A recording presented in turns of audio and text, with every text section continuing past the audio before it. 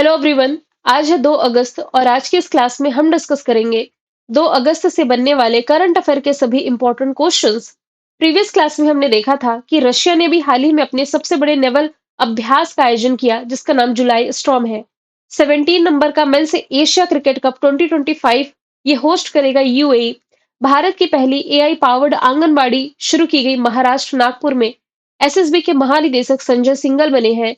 16 वर्ष से कम उम्र के बच्चों के लिए सोशल मीडिया का उपयोग पहले ही बैन कर रखा था ऑस्ट्रेलिया ने। अब इस सोशल मीडिया में इसने यूट्यूब को भी शामिल कर लिया है। प्रलय मिसाइल के ट्रायल किए गए हैं एपीजे अब्दुल कलाम द्वीप ओडिशा से। अभी हाल ही में बिहार ने सफाई कर्मचारी आयोग स्थापित करने का फैसला किया है। महाराष्ट्र सरकार ने 7 अगस्त का जो दिन है इसे एमएस स्वामीनाथन के सम्मान में सतत कृषि दिवस के रूप में मनाने का फैसला किया। भारत ने अमेरिका ने भारत से होने वाले इंपोर्ट पर 25% का टैरिफ लगाने का ऐलान किया है। और मेघनाथ देसाई जी जिनका भी हाल ही में निधन हुआ, ये एक प्रसिद्ध अर्थशास्त्री थे। तो सभी क्वेश्चंस हमने प्रीवियस क्लास में देख लिए थे। आज की क्लास शुरू करने से पहले मैं आप लोगों को बता दूं, जुलाई महीने की जो आपकी ई बुक है, जिसमें जुलाई महीने के आपके 250 plus important question MCQ format में ये मिल जाएंगे बाइलिंगुअल। साथ ही में इसमें आप लोगों को वन लाइनर फॉर्मेट में जुलाई मंथ की ई बुक फ्री मिलेगी, जो कि कल लॉन्च हो जाएगी शाम तक। मैं अपडेट कर दूंगी जिस समय लॉन्च होगी। इसके लिए आप टेलीग्राम चैनल ज्वाइन कर लीजिए, कल्याणी मैम ऑफिशियल करके है। 95,000 से अधिक इसमें सब्सक्राइबर है, वही एकलौता ऑफिशियल चैनल है। चलिए शुरू करते हैं। हमारा पहला सवाल, किस शहर में भारत का सबसे बड़ा यूनानी कॉलेज बनाया जाएगा? तो भारत का जो सबसे बड़ा यूनानी कॉलेज है ये बिहार की राजधानी पटना में बनने जा रहा है। 264 करोड़ की लागत से देश का सबसे बड़ा यूनानी चिकित्सा कॉलेज है। इसका निर्माण कार्य शुरू हो गया है। अभी आने वाले 2 वर्षों में यानी कि 2027 तक कंप्लीट हो जाएगा। यानी कि 2 साल में ये पूरी तरीके से शुरू हो जाएगा, आप कह सकते हैं। देखिए, यूनानी कॉलेज में ना जो शिक्षा का माध्यम है यानी कि मीडियम है, आमतौर पर उर्दू या इंग्लिश होता है, लेकिन कुछ कॉलेजों में हालांकि हिंदी में भी पढ़ाई की जाती है। और जो यूनानी चिकित्सा पद्धति में ट्रेनिंग देने का काम करते हैं, इसमें एजुकेशन देने का काम करते हैं। और यूनानी कॉलेज में बीयूएमएस यानी कि बैचलर ऑफ यूनानी मेडिसिन एंड सर्जरी करके एक पाठ्यक्रम है जो कि ये कराया जाता है। तो ऐसा पहला यूनानी कॉलेज बनने जा रहा है पटना बिहार में। वैसे पटना बिहार में देश का पहला बापू टावर भी मैंने आप लोगों को रिलेट करके बताया ही है। जबलपुर से हमने ये देखा है कि हिंदी माध्यम का पहला एमबीबीएस कॉलेज यहाँ जबलपुर मध्य प्रदेश में बनेगा। कल हमने क्या देखा, एआई पावर्ड आंगनबाड़ी जो देश की पहली है नागपुर महाराष्ट्र में। और वाराणसी में यदि रिलेट करेंगे तो देश का पहला हिंदी संग्रहालय हमने पढ़ रखा है। अब यहाँ पर कुछ एक्स्ट्रा फैक्ट मैंने ऐड किए हैं, जो पुरानी चीजें थी उसे थोड़ा सा चेंज किया। वाराणसी में दुनिया के सबसे बड़े मेडिटेशन सेंटर का उद्घाटन किया गया जिसका नाम सर्ववेद है। दुनिया की सबसे बड़ी ऑफिस बिल्डिंग का उद्घाटन प्राइम मिनिस्टर नरेंद्र मोदी जी ने सूरत गुजरात में किया। भारत की पहली ट्रांस मीडिया एंटरटेनमेंट सिटी बनने जा रही है Amravati. UNESCO city of gastronomy में नॉमिनेटेड है लखनऊ। भारत की पहली नाइट सफारी लखनऊ में। भारत का पहला ई वेस्ट इको पार्क दिल्ली में। पहली सोलर सिटी है सांची। पहला ट्रैफिक लाइट फ्री सिटी है कोटा। पहला बेगर फ्री सिटी है इंदौर। पहली वेटलेट सिटी में इंदौर और उदयपुर दोनों का नाम याद रखें। भारत का पहला गोल्ड एटीएम हैदराबाद में। देश का पहला डायबिटीज बायोबैंक चेन्नई में। भारत की पहली हाइड्रोजन चालित जो कोच है इसका ट्रायल रिसेंटली किया गया है रेलवे कोच का चेन्नई में। पहली अंडर वाटर मेट्रो ये कोलकाता पश्चिम बंगाल से हमने पढ़ रखी है। सवाल दूसरा है, हाल ही में भारतीय सेना के उप सेनाध्यक्ष के रूप में किसकी नियुक्ति की गई है? तो आंसर इसका हो जाएगा पुष्पेंद्र सिंह। अब से लगभग 1 हफ्ते पहले मैंने आप लोगों को वर्तमान में कौन क्या है वाला क्लास प्रोवाइड कराया था, यूट्यूब पर ही प्रोवाइड कराया था।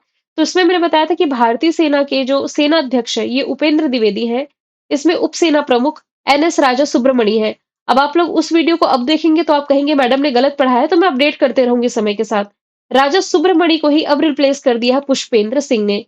तो पुष्पेंद्र सिंह अब 1 अगस्त को यानी कि ये कल से ही उप सेना प्रमुख के रूप में पदभार संभाल लिए हैं, एनएस राजा सुब्रमणि को रिप्लेस करते हुए।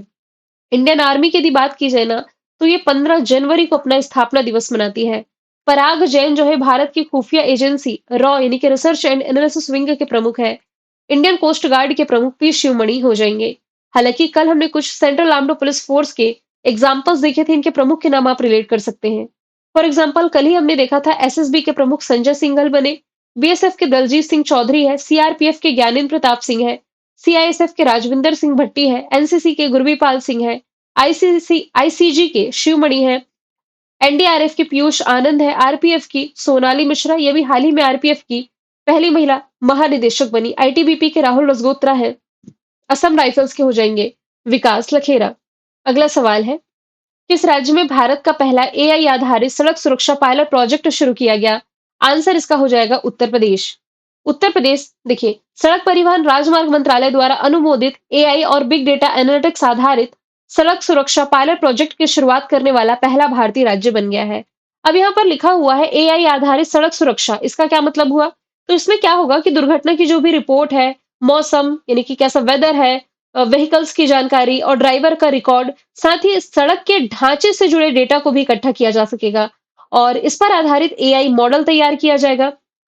इससे दुर्घटना के कारणों का पता लगाना आसान हो जाएगा और साथ ही सड़कों पर और राजमार्ग पर जो ब्लैक स्पॉट होते हैं ना, यानी कि जो खतरनाक जगह होती है, इसका भी पता लगाया जा सकेगा। तो ये है एआई आधारित सड़क सुरक्षा प्रणाली। यदि बात की जाए उत्तर प्रदेश की, राजधानी लखनऊ है, मुख्यमंत्री योगी आदित्यनाथ, राज्यपाल आनंदीबेन पटेल। नेशनल पार्क में दुधवा, पीलीभीत, अमनगढ़ और रानीपुर वाइल्ड लाइफ सेंचुरी है। राज्य की पशु है बारहसिंगा, पक्षी है सारस। लोकसभा सीटें 80 है, राज्यसभा सीटों की संख्या 31 है। उत्तर प्रदेश के करंट अफेयर के फैक्ट अब मैंने थोड़े से अपडेट किए हैं, जैसे कि AK-203 असॉल्ट राइफल को लेकर के भारत रशिया के बीच डील है। इसका निर्माण भारत में हो रहा है, अमेठी में।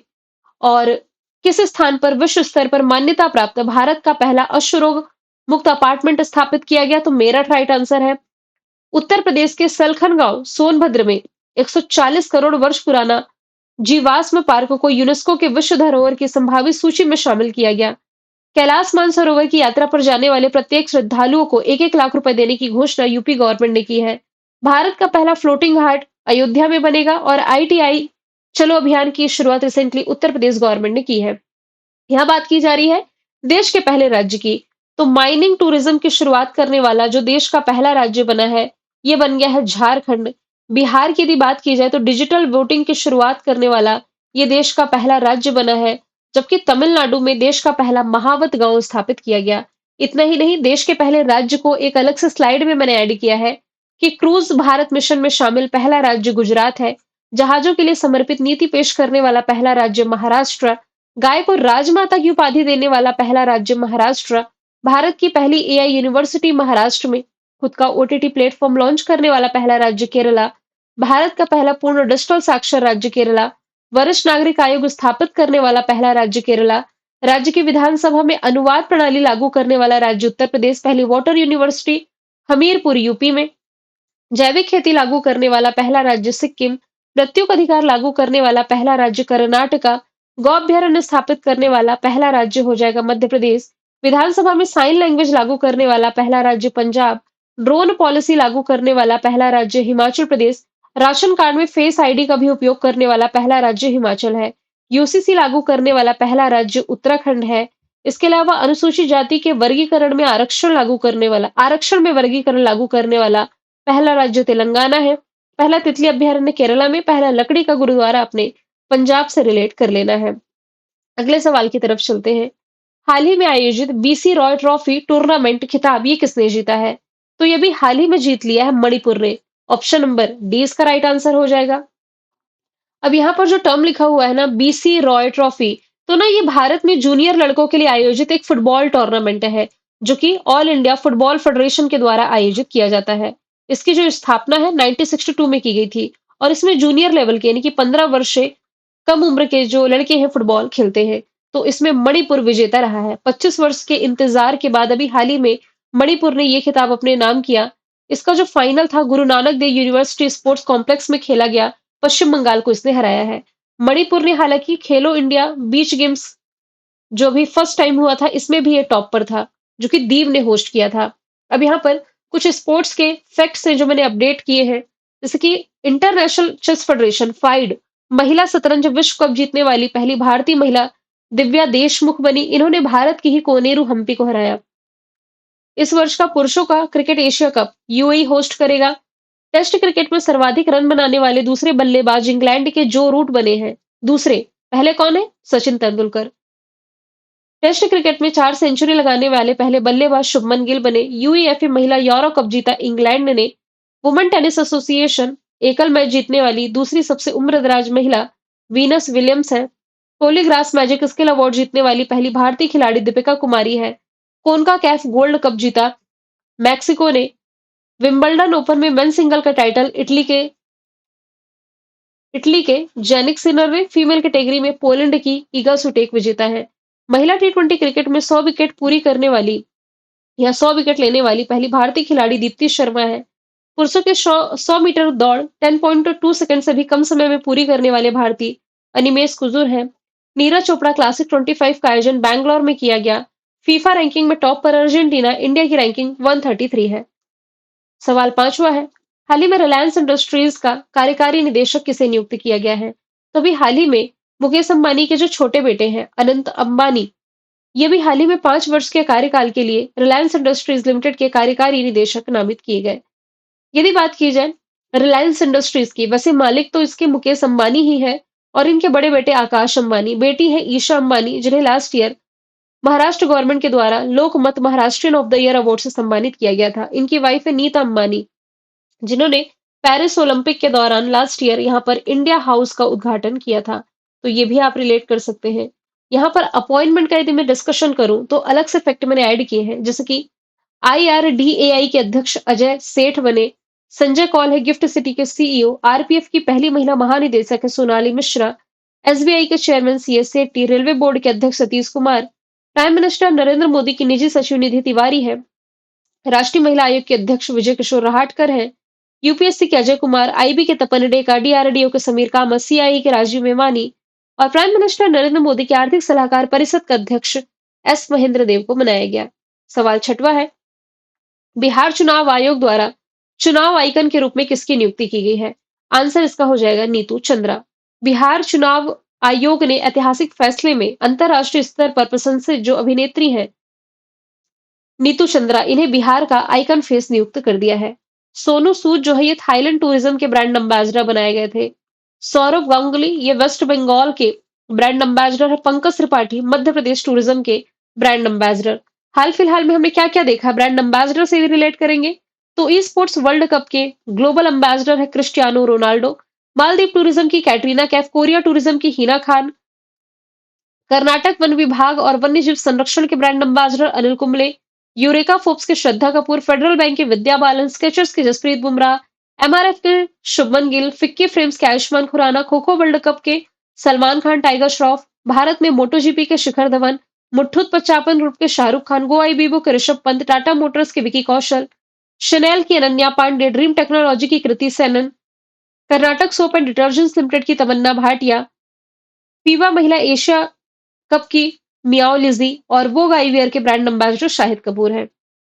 सवाल सातवां है, हाल ही में आईएमएफ ने भारत की जीडीपी की जो ग्रोथ रेट है, वृद्धि दर, इसका अनुमान बढ़ा करके कितना किया है? तो अकॉर्डिंग टू आईएमएफ भारत की जो ग्रोथ रेट है ये फाइनेंशियल ईयर में 6.4% रहने वाली है। वित्त वर्ष 2025-26 के लिए ये इसने फोरकास्ट किया है। इसने पहले कहा था 6.2 होगी, इसे ही बढ़ा करके 6.4% कर दिया है। आईएमएफ के अनुसार भारत दुनिया की सबसे तेजी से बढ़ती प्रमुख अर्थव्यवस्था बना रहेगा। आईएमएफ का फॉर्मेशन ईयर 1944 वॉशिंगटन में हेडक्वार्टर। एमडी है क्रिस्टीना जॉर्जिवा। डिप्टी एमडी जो गीता गोपीनाथ थी, इन्होंने हाल ही में अपने पद से इस्तीफा दिया। वर्ल्ड इकोनॉमिक आउटलुक रिपोर्ट का प्रकाशन है जो कि आईएमएफ ही करता है। सवाल आठवां है, हाल ही में रशिया में आए भूकंप के कारण यूरोप और एशिया का कौन सा सबसे ऊंचा सक्रिय ज्वालामुखी फट गया? तो ये हमने देखा था कि किलू यूचस्क्वाव, ये जो ज्वालामुखी है इसमें भी हाल ही में विस्फोट देखने को मिला है रशिया में आए भूकंप के कारण। तो यदि बात की जाए रशिया की, capital Moscow, currency rouble, president Vladimir Putin. एक तो हमने कल का फैक्ट देखा कि जुलाई स्टॉर्म नेवल एक्सरसाइज रशिया ने होस्ट करी। S-400 मिसाइल जिसका बदला हुआ नाम सुदर्शन है और AK-203 असॉल्ट राइफल भी आपको रशिया से रिलेट करनी है। लास्ट ईयर का ब्रिक्स समिट रशिया ने होस्ट किया। इंदिरा एविया इंदिरा 2 एक्सरसाइज भारत की रशिया के साथ है। अफगानिस्तान में तालिबान सरकार को ऑफिशियली मान्यता देने वाला ये पहला देश है। 2025 के लिए $126 बिलियन के रिकॉर्ड सैन्य खर्च को इसने मंजूरी दी। mRNA कैंसर वैक्सीन इसने लॉन्च करने का फैसला किया। ब्लैक सी में तेल रिसाव के कारण फेडरल इमरजेंसी लगाई गई और जिरकॉन मिसाइल जो हमने पढ़ी थी आप रशिया से रिलेट कर सकते हैं। सवाल 9वां है, हाल ही में ब्रिटेन और किस देश ने जिलोंग में परमाणु ऊर्जा चालित पनडुब्बी साझेदारी और सहयोग संधि पर हस्ताक्षर किए हैं? तो आंसर इसका हो जाएगा ऑस्ट्रेलिया, ऑप्शन नंबर ए। अब यहाँ पर इस इमेज को ध्यान से देखिए, यहाँ क्या लिखा हुआ है? AUKUS, ये क्या है? पहले ये समझ लेते हैं, तब इस क्वेश्चन को समझाना और भी आसान हो जाएगा। स्टार्टिंग में जो ए लिखा हुआ है, इसका मतलब है ऑस्ट्रेलिया। इसके बाद यूके लिखा हुआ है यानी कि ब्रिटेन। इसके बाद यूएस लिखा है यानी कि अमेरिका। तो ऑकस जो है ये एक त्रिपक्षीय सुरक्षा समझौता है ऑस्ट्रेलिया, यूके और यूएसए के बीच में। इसका मेन उद्देश्य है कि जो इंडो पैसिफिक क्षेत्र है ना, हिंद प्रशांत क्षेत्र में शांति और स्थिरता को बनाए रखना। तो इसके बेसिकली दो पिलर है देखिए। जो पहला पिलर है ये क्या कहता है? पहला स्तंभ क्या कहता है? पहले पिलर का मतलब है कि ऑस्ट्रेलिया को परमाणु ऊर्जा से चलने वाली पनडुब्बियों का बेड़ा हासिल करने में मदद करना। किसकी मदद करना है? ऑस्ट्रेलिया की। परमाणु चालित पनडुब्बियों का बेड़ा हासिल करने में। अब इसका जो दूसरा पिलर है, ये क्या कहता है? जैसे कि आर्टिफिशियल इंटेलिजेंसी हो गई, क्वांटम प्रौद्योगिकी हो गई, साइबर या अन्य क्षेत्र में सहयोग करना। तो अभी जो समझौता हुआ है पिलर 1 के तहत किया गया है। और जैसा कि मैंने बताया कि पिलर 1 ये साफ-साफ कहता है कि ऑस्ट्रेलिया को परमाणु ऊर्जा से चलने वाली पनडुब्बियों का बेड़ा हासिल करने में मदद करना। ये देखिए, जिसका उद्देश्य है ऑकस स्तंभ 1 यानी कि पिलर 1 के तहत अगले 50 वर्षों के लिए द्विपक्षीय रक्षा सहयोग को क्रियान्वित करना। ये समझौता जिसे जिलोंग संधि के नाम से जाना जाता है, ये 26 जुलाई 2025 को ऑस्ट्रेलिया के जो उप प्रधानमंत्री हैं और रक्षा मंत्री रिचर्ड मार्फिस और ब्रिटेन के रक्षा सचिव जॉन हीली द्वारा हस्ताक्षरित किया गया था। आप चाहे तो यहाँ के उप प्रधानमंत्री या रक्षा सचिव का नाम ना भी याद रखें तो चलेगा। लेकिन अब ये जो डील हुई है, जिलोंग संधि नाम से इसे जाना जाता है। ऑस्ट्रेलिया को क्या हेल्प करने के लिए? परमाणु ऊर्जा से चलने वाली पनडुब्बियों का बेड़ा हासिल करने में मदद के लिए ये समझौता अगले 50 वर्षों के लिए किया गया। ऑस्ट्रेलिया की capital Canberra currency dollar prime minister Anthony Albanese है। आईवीएफ का उपयोग करके पहले कंगारू भ्रूण का सफल परीक्षण यही किया गया। ऑस्ट्रो हिंद अभ्यास 16 वर्ष से कम उम्र के बच्चों के लिए सोशल मीडिया का उपयोग बैन। गुजरात की गिफ्ट सिटी में ऑस्ट्रेलिया की 2 यूनिवर्सिटी डेक्कन यूनिवर्सिटी और वोलोंगोंग यूनिवर्सिटी अपने कैंपस स्थापित करेगी। Pitch black exercise last year का इसी ने होस्ट किया।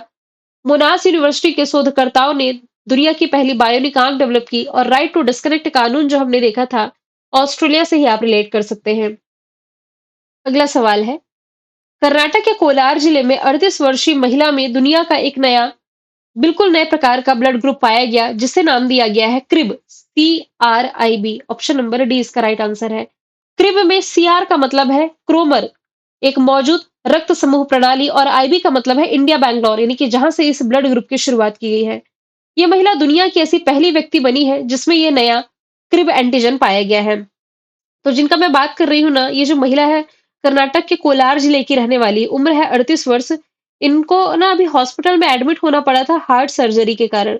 जब ये हॉस्पिटल में एडमिट हुई ना, तो वैसे इनका जो ब्लड ग्रुप था सामान्यतः ओ RH प्लस था। लेकिन जब सर्जरी के पहले उन्हें खून चढ़ाने की जरूरत पड़ी, तो अवेलेबल कोई भी ना ओ पॉजिटिव यूनिट उनके शरीर से मेल नहीं खा रहा था। तो इसमें हॉस्पिटल ने क्या किया कि इसका जो रेफरेंस है ये लैब को भेजा। और फिर जब लैब में जांच की गई तो पता चला कि जो महिला है जो एडमिट हुई है, जिन्हें रक्त की जरूरत है, तो इनका जो खून है ना, ये पैन रिएक्टिव है। पैन रिएक्टिव है यानी कि ये सामान्यतः किसी भी ब्लड सैंपल से मेल नहीं खा रहा था, यानी कि मैच नहीं हो रहा था। तो इसमें थोड़ा सा संदेह हुआ कि ये दुर्लभ है कि ऐसा ब्लड ग्रुप मैच नहीं कर रहा है जिससे इनकी हेल्प हो सके। तो आगे जांच के लिए ना क्या किया गया, ये जो महिला थी जो एडमिट थी, इनका जो ब्लड सैंपल है और इनके पूरे परिवार का जो ब्लड सैंपल है ना, ये ब्रिटेन की एक लैब में भेजा गया था। फिर वहां 10 महीनों तक रिसर्च चली और 10 महीनों की रिसर्च चलने के बाद फिर ये पता चला कि एक नया रक्त एंटीजन है जिनकी खोज की गई है और नाम ये क्रिब कर दिया गया है। सवाल नंबर 11वां है, सरकारी कर्मचारियों के लिए सबैटिकल लीव योजना शुरू करने वाला पहला राज्य कौन बना है? आंसर इसका हो जाएगा सिक्किम। देखिए, सबैटिकल लीव योजना ये है क्या, मैं आपको समझाती हूँ। सिक्किम देश का ऐसा पहला राज्य बनने जा रहा है जो कि औपचारिक विश्राम योजना की शुरुआत कर रहा है।